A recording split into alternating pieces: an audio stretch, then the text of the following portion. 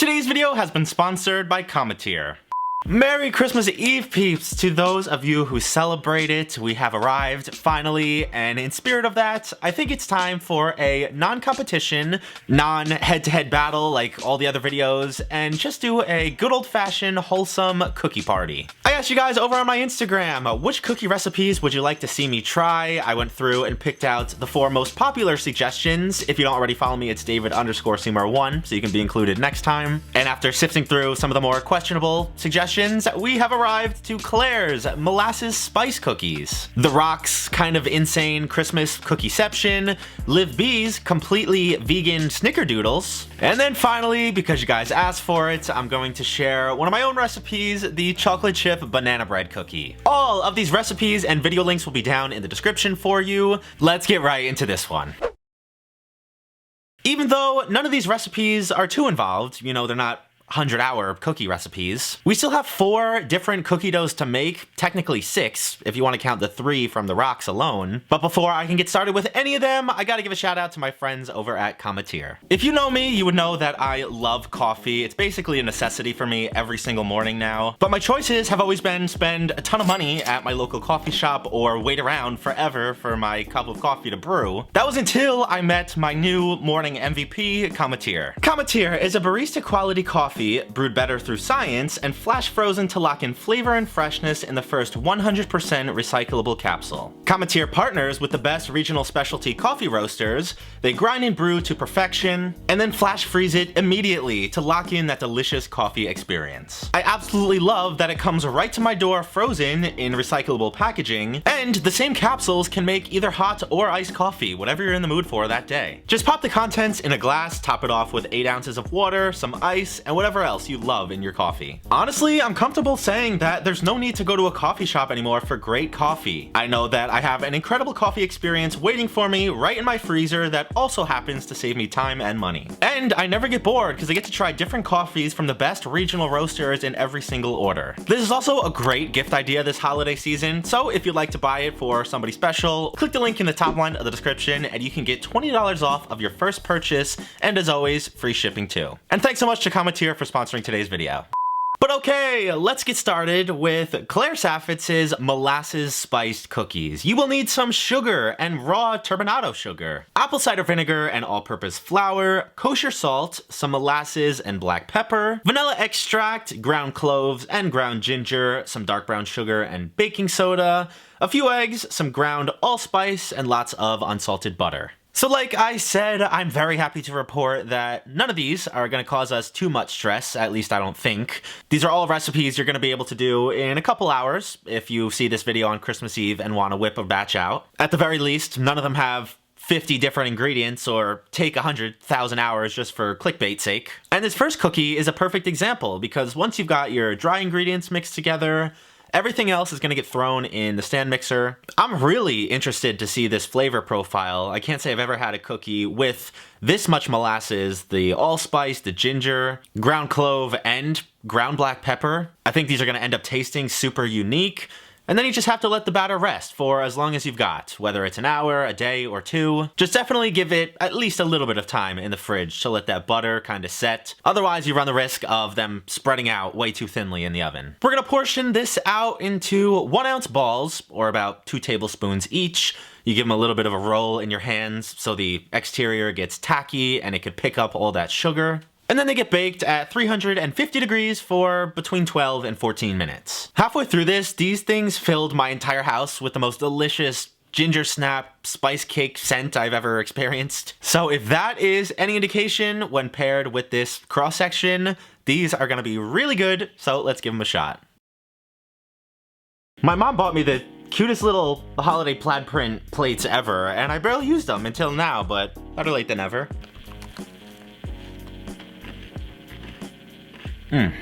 Everything about this is absolutely perfect, from the texture on the inside, how it's still soft and chewy, to the crispy outside. The sugar adds a little bit of crisp.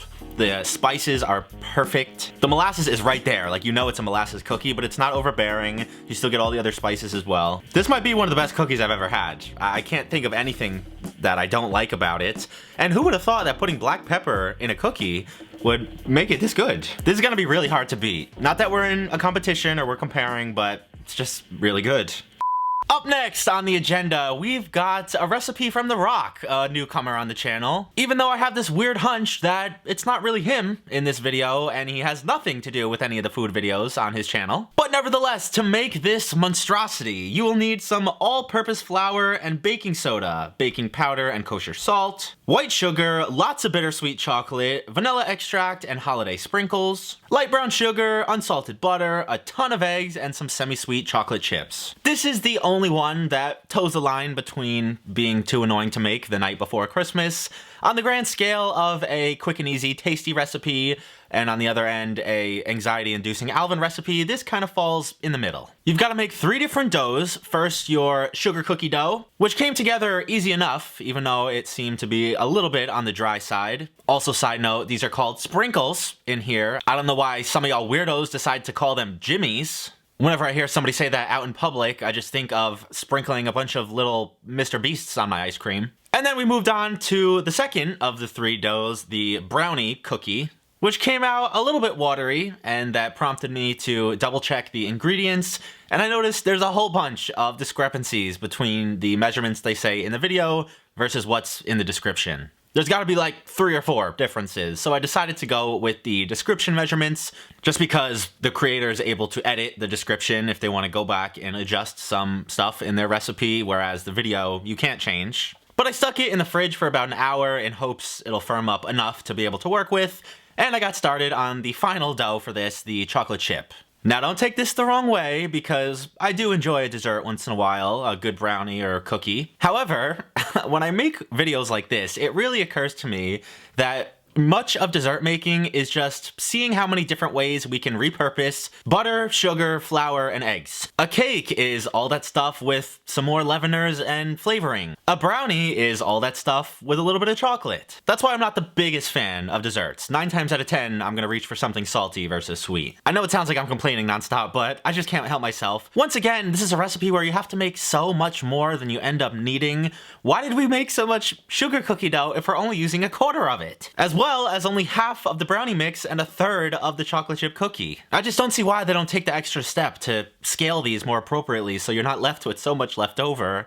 I guess if you want, make 3 of these. Or maybe not, because it did not bake properly. I don't think the sugar cookie dough flattened very much in the middle. That's why we have that little mountain in there. It still looks really sick when you cut into it, and I'm sure there's no way this could taste bad, so let's give it a shot. If nothing else, we're definitely 2 for 2 on the uniqueness scale. I've never seen anything like either one of these creations so far.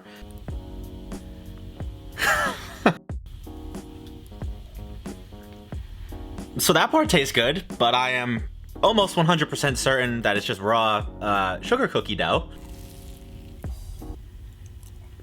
Oh. This part's hard to tell. If it's supposed to be just like a normal cookie, it is not cooked. But if it's supposed to be like a fudgy, very soft brownie batter, then maybe it's good. I don't know. It's creative and different, but the ingredients are kind of all over the place. The cook times for the 3 different doughs seem to be not correct. I could have done this very wrong and followed the description when I was supposed to follow the video, but based on my experience, I would say just make normal cookies. It's kind of just like 3 undercooked, mediocre cookies in one giant brick.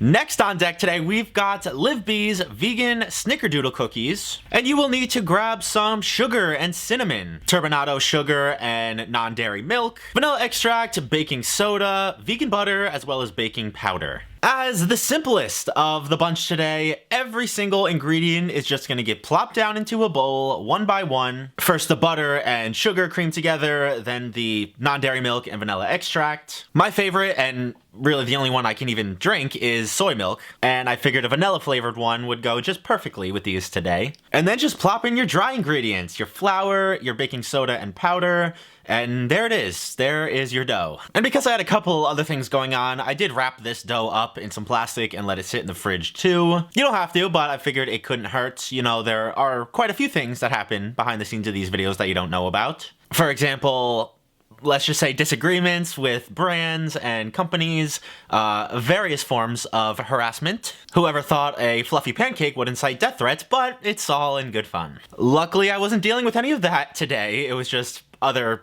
cookie recipes in and out of the oven. But when I came back around to these, I whipped them out of the fridge, portioned them into little 1-ounce balls, and then rolled them in the cinnamon sugar. Visually, they're a little bit puffier than the average Snickerdoodle, but other than that, I can't really tell any other differences. So let's give these guys a shot. I have really high hopes for these. They seem to have baked really well. They got a nice crispy and golden color on both the top and the bottom.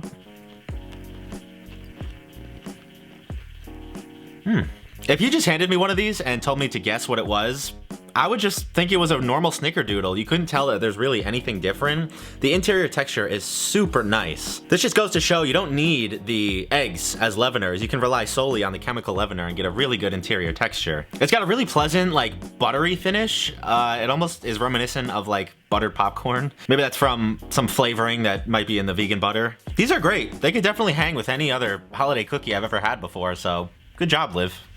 Lastly, and very possibly least, is one of my own recipes, a chocolate chip banana bread cookie. And if you would like to make it, optionally, grab some vanilla bourbon and Kahlua, but you definitely need some flour and sugar, dark chocolate and baking soda, sour cream, dark brown sugar, 3 eggs, 1.5 sticks of butter, a ripened banana, and some salt. Also, a little pinch of cream of tartar, which I forgot to include in that ingredient shot because you know why. So when you guys asked me over on my Instagram to come up with my own recipe for a cookie, I didn't have enough time to make a recipe from scratch like I did with some of the pumpkin spice recipes. So I figured, why not just adapt my chocolate chip banana bread recipe and try to make a cookie version of it, since everybody else is out here adapting brownie recipe and cake batters into cookies too. The goal was to end up with something super soft and buttery and banana flavored in the middle, but having those same crisp, lacy, cookie-like edges around the outside. And to be fully transparent, I only practiced this one time off camera, and they came out decent, but I made some minor tweaks. You brown up your stick and a half of butter and mix it with your sugar, your eggs, plus an extra egg yolk, the sour cream, and a mashed banana. On the side, I whipped together the dry ingredients and then gradually added those in. By the way, you can absolutely substitute just plain old vanilla extract instead of the vanilla bourbon. Now, even after you add in the flour mixture, this might look wrong. This is gonna look pretty wet, like I thought the brownie batter did. But just cover it up and stick it in the fridge for a couple hours or up to overnight. I let this sit for about 2 to 3 hours. I let all the flour get hydrated. And then out onto some parchment paper, I once again used this cookie spoon to create 1-ounce balls. You can definitely just use 2 tablespoons to kind of plop these out. And then they're gonna get baked off at 350 degrees for 12 to 14 minutes. These should come out smelling super intensely banana-y and chocolatey. They definitely flattened a lot more than the last batch. I'm not sure what change would have caused that, but the flavor should be on point, so let's give our 4th and final cookies a shot. I'm not too sure exactly what would have caused them to thin out so much. I didn't really change a whole lot, so I was kind of not expecting that. At least you know that these are honest and unfiltered now.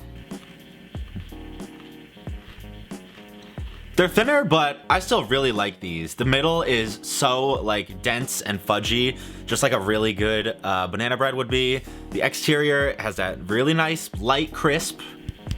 A little ASMR for you. It's literally like if you took a slice of banana bread and shrunk it down into circular cookie form, added more flavor with the brown butter, the Kahlua, the vanilla bourbon, and then gave it crispy cookie-like edges. That's basically exactly what this is. Are they better than Claire's or Liv's? No, they need some adjustments, some tweaking. Maybe we'll come back to them one day down the line.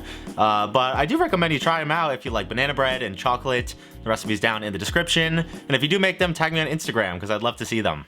I hope you guys enjoyed today's video. If you did, leave me a big old like. Shout out to Commentier for making this one possible.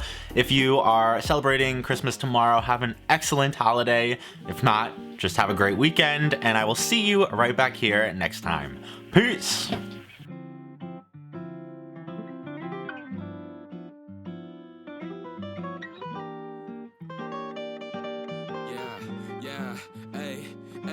With the M without the AD. Flipping burgers and my money super lazy. Try and make a meal tonight, they ain't paying me.